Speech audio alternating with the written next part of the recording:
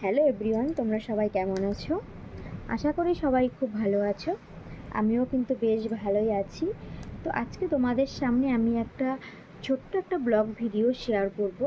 আশা করি তোমাদের অনেক কাজে লাগতে পারে, অনেক উপকারও হতে পারে। তো প্লিজ তোমরা পুরো ব্লগ ভিডিওটা দেখো, স্কিপ না করে। তাহলে তোমরা বুঝতে পারবে যে বাচ্চাকে কোন সময় কোন খাবারটা দেওয়া উচিত। তো অনেক সময় আছে ঠান্ডা সর্দি কাশি লাগে, তোমরা বুঝতে পারো না যে কোন এখন এই সময়টাই কি এই খাবারটা দেওয়া যাবে। তো সেই বিষয় নিয়েই তোমাদের সাথে আজকে একটু আলোচনা করব। তো তোমরা প্লিজ ভিডিওটা দেখো। তো প্রথমেই বলি সুজি। আজকে যে বিষয় নিয়ে কথা বলবো সেটা হচ্ছে সুজি। অনেকে বুঝতে পারো না যে ঠান্ডা সর্দি কাশি হলে পরে সুজি খাওয়ানো যাবে কি না। সুজি খাওয়ালে কি সর্দি কাশিটা বেশি হবে না কমে যাবে, সেটা নিয়ে আজকে তোমাদের সাথে আমি একটু আলোচনা করব। যেহেতু আমার বেবিকেও আমি কিন্তু সুজি খাওয়াই। সুজি খাওয়ানোটা কিন্তু এক প্রকারের খুবই ভালো খাবার একটা। তো চলো আমরা যেটা নিয়ে কথা বলবো সেই বিষয়টা নিয়েই কথা বলি। তো বেবির খুব ঠান্ডা লেগেছে, খুব সর্দি হয়েছে, তবুও সুজি খাওয়াচ্ছি, ঠান্ডা কমছে না, ওষুধ খাওয়ালেও ঠান্ডা কমছে না, এরকম কিন্তু অনেকেই ভোগো। তো আমিও প্রথমে জানতাম না, আমাকেও ডক্টরই বলেছে এই কথাগুলো, সেটাই তোমাদের সাথে শেয়ার করব। তো বন্ধুরা দেখো, সুজি কিন্তু গম দিয়ে তৈরি হয়। তো সুজি কিন্তু প্রচণ্ড ঠান্ডা। আর তোমরা যদি সুজি দিয়ে যদি গরুর দুধ মিক্সড করে যদি সুজিটা রান্না করে যদি বেবিকে খাওয়াও, তাহলে কিন্তু ঠান্ডা আরও বেশি লাগবে। কাশি কিন্তু সারবে না, ঠান্ডা কিন্তু আরও বেশি লাগবে, ঠান্ডা কমবে না, কারণ সুজিটা কিন্তু একেবারে ঠান্ডা জাতীয় জিনিস।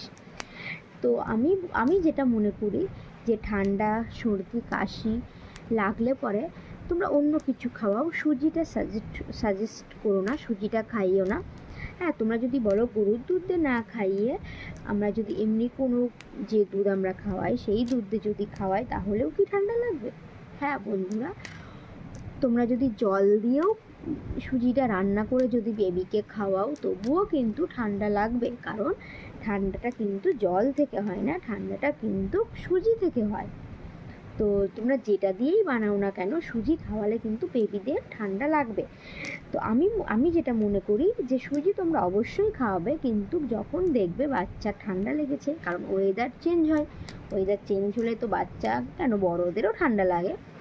তো ওয়েদার চেঞ্জ হওয়ার সময় যখনই দেখবে বাচ্চার হালকা হালকা ঠান্ডা ভাব হচ্ছে, তখন কিন্তু তোমরা সুজিটা খাওয়াবে না, তোমরা এমনি অন্য কোনো খাবার খাওয়াবে। যদি বলো যে ভাত খাওয়ালেও কি ঠান্ডা লাগে, একদমই না বন্ধুরা, ভাত খাওয়ালে কিন্তু ঠান্ডা লাগে না।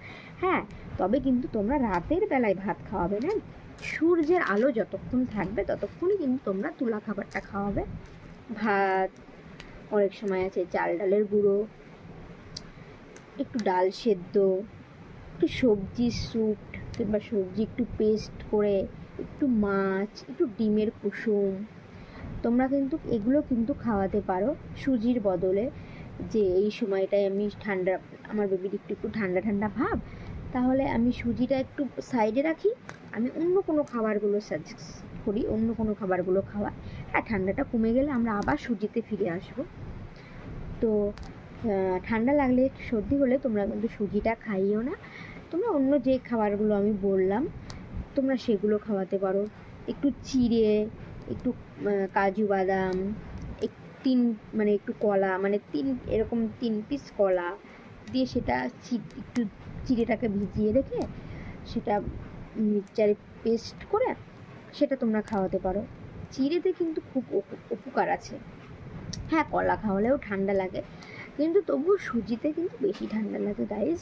তো তোমরা কিন্তু সুজিটা, ঠান্ডা সর্দি কাশি যদি বেবিদের হয়ে থাকে, তোমরা কিন্তু সুজি থেকে একটু দূরে থাকবে, সুজিটা সেই সময় খাওয়াবে না। তো আজকে এই অবধি তোমাদের সাথে আমার কথা বলার ছিল, এই অবধি শেয়ার করার ছিল। তো অবশ্যই ভিডিওটা ভালো লাগলে, তোমাদের উপকার হলে, তোমরা আরও কী বিষয়ে জানতে চাও সেটা কিন্তু অবশ্যই কমেন্ট করে জানিও। আর আমি বেবিদেরকে নিয়েই ভিডিও বানাবো আজ, মানে এখন থেকে। তো তোমরা অবশ্যই কিন্তু জানিও তোমাদের কি কি দরকার।